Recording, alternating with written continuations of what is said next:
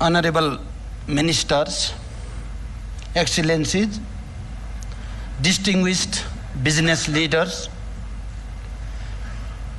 ladies and gentlemen, first of all, I want to express my heartiest gratitude to all the delegates who have come to participate in the summit from all over the globe. We are overwhelmed by your invaluable presence and encouraged by your interest on our call for investment in Nepal. It is testimony of the improving business climate in Nepal. It is also growing trust and solidarity of the investor for Nepal. It is really an encouraging and historical moment, as just now CEO of the investment board briefly and comprehensively put forward the outcome of this historic event is itself prove the historical process of this investment summit. It is my belief that in last 2 days deliberations, meetings and interaction between public to private and private to private sector have remained fruitful to you all. I can assume that the private sector, by participating in the summit, have got chance to understand the overall investment regime of Nepal and the potential sector for investment, including a project bank to explore the potential investment project suitable to their expertise. At the same time, foreign participants have also got opportunity to interface with Nepal private sector and negotiate for further possible collaborations. This platform for Nepal private sector was to find partners that can not only bring in much needed funds for new venture or expansion and modernization of existing business units run by themselves, but also induct the state-of-art technology, management skill, marketing strategy, new market, product standardization, innovation, and production efficiency. Distinguished business leader, you also have already listened the series of reforms that the government of Nepal has already introduced or are being introduced in near term. The new institutions created that are related to investment, the initiative taken to enhance the capacity and efficiency of service delivery institution, and the procedures simplified to create hassle-free environment also certainly have shared with you. Let me emphasize here once again that the overall reforms are intended to create business-friendly environment and to ensure predictability of investment-related decision. Reform is a dynamic process. Everybody knows it. And that reforms demands periodic review and update as per the change that would occur internally and externally in a due course of time. Let me assure you that the reform we have initiated will be continued to make Nepal as an attractive investment destination to ensure the fair rate of return on your investment. At the event, the immediate success of this summit is measured based on your overwhelming presence and successful holding of meetings and deliberation. But let me share my perspective that the investment decision is not an event, but it is a long-term commitment. Therefore, rational investment decision demands political stability and consistent policy for a reasonable period of time. I am informed that the government authorities have assured you to give continuity on their efforts of making investment-friendly environment in Nepal.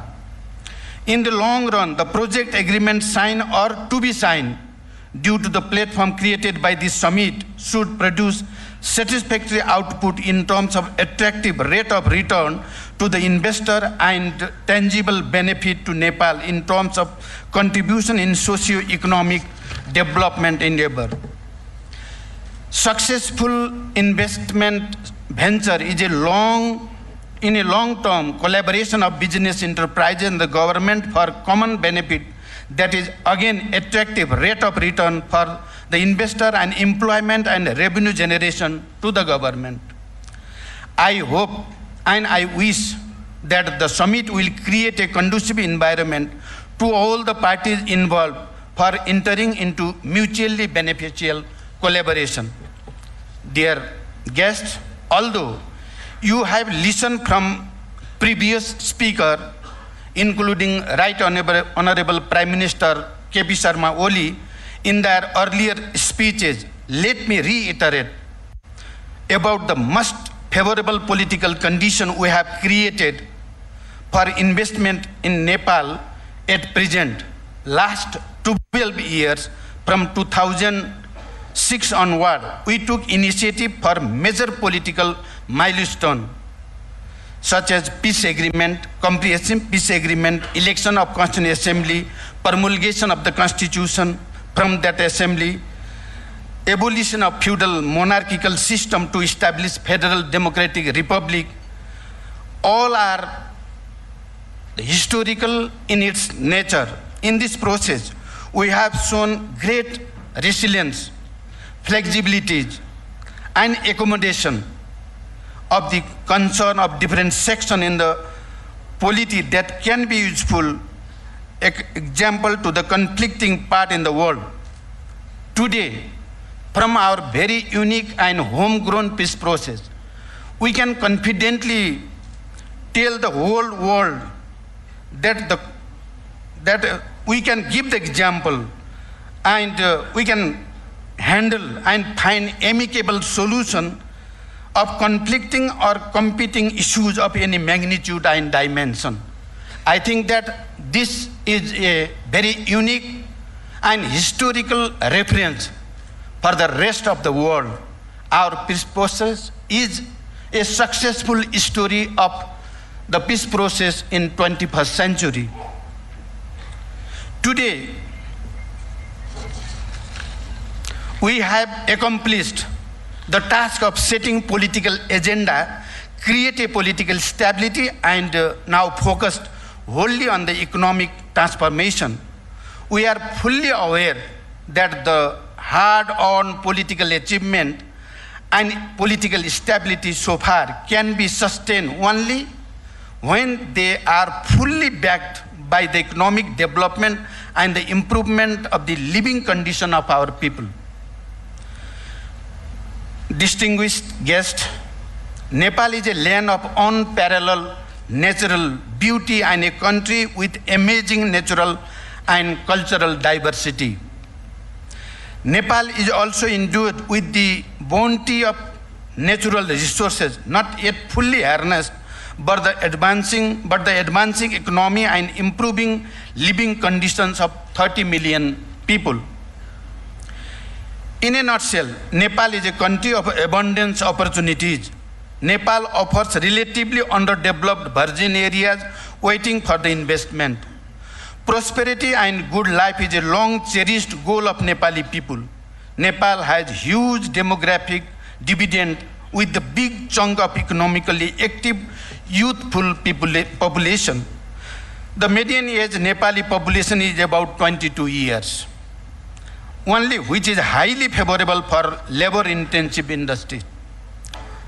The diligence, honesty, integrity, and loyalty are the hallmarks of Nepali human resources that was by and large earned over the years while working in different parts of the globe. The hundreds of rivers that originate from high Himalayas sharply descend to southern plate, creating naturally unique condition to produce hydropower throughout the river stage. The power market is growing rapidly and will further accelerate with the industrialization, further meeting the immediate requirement of the country.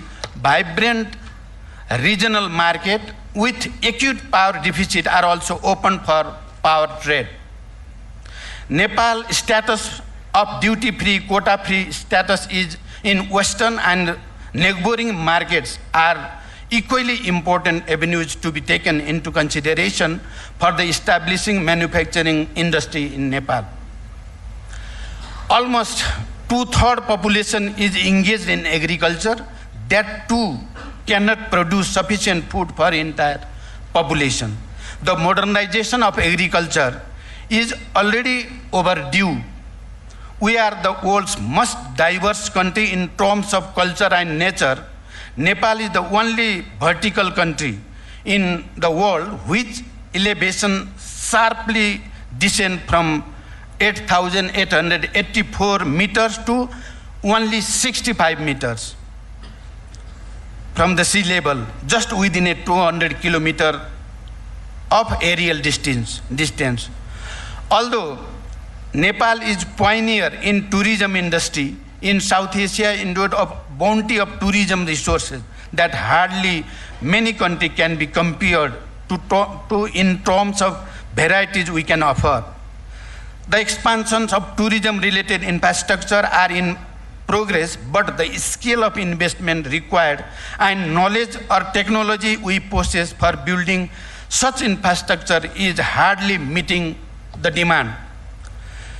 The alpine to subtropical and tropical climate within a narrow band of topography provide unique natural conditions for growing varieties of flora and fauna and many species of animals and plants that virtually makes the entire country a unique botanical garden and beautiful zoo. Nepal's unique topography offers tremendous opportunities for innovation-based business, research, and development. We are committed to improve our intellectual property regime to protect your intellectual property right. I don't want to go on detail because you have already heard during the thematic session from the relevant authorities. I just tried to pick up few points to re-emphasize the priority of the government and the opportunities available to us. Development of infrastructure is our utmost priority.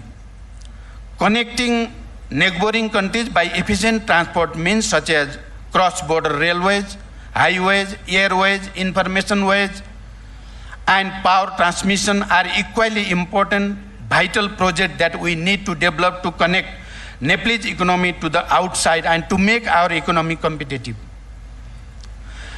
Government is ready to facilitate the development of economic zones, industrial parks, and special economic zone for creating conducive environment for manufacturing industry, innovation and innovation-related industry. Digital technology is cross-cutting issue that is open for private investment, has great chance to expand. Our constitution has provided us a framework for socio-economic transformation and economic development. We have recognized the role of private sector in economic development. We want to promote private sector in order to ensure economic efficiency and enhance innovation as a rewarding phenomenon. Public sector should create conducive atmosphere for private sector to operate. Government also should create enabling conditions for them to play a pivotal role in economic development. Role of private sector for economic development is indispensable.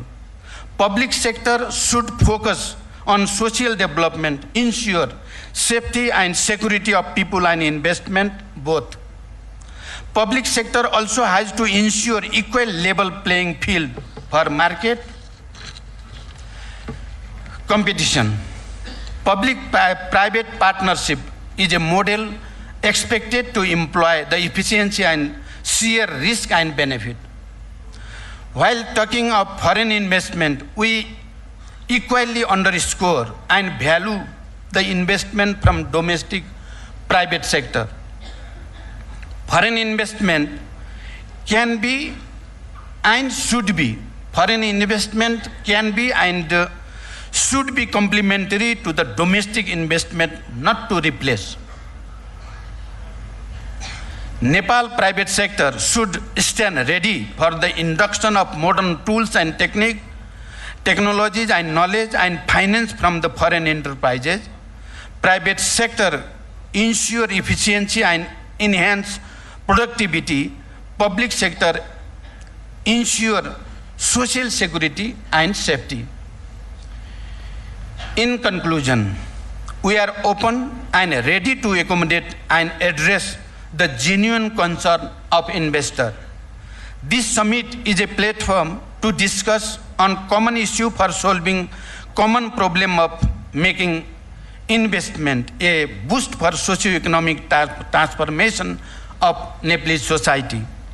We want to make this event a milestone in our quest of past pace of economic development with equity. I hope and wish that the participants of this summit will leave this venue with optimism and determination to be a part of socio-economic transformation of Nepal society by engaging themselves in mutually beneficial economic activities. Once again, I want to stress that we have created a very favorable political environment for the investment, for the economic development. We are having as I already mentioned, having a very unique peace process, one of the most important reference for all over the world. Now, this peace and stability, we want to transform it into economic prosperity. Therefore, prosperous Nepal and happy Nepali is the main slogan of the government this time. We want to create, we successfully concluded the very vital and very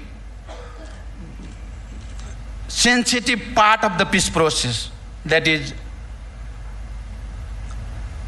the integration of ex-combatants in the army and management of all the arms and ammunition. These are the very positive story of our peace process. Now we want to create the atmosphere of economic prosperity with this peace and political stability. Dear friends, lastly, I want for foreign delegates, while you are in Nepal, please find time to go around and enjoy cultural variety, the mutual beauty, natural beauty and serenity of Nepal. I want to extend my deepest thanks to you all for your participation and making grand success of this summit. I also thank Investment Board Nepal for organizing such encouraging event and all the contributors for the success of this summit. Thank you very much for your attention. Thank you.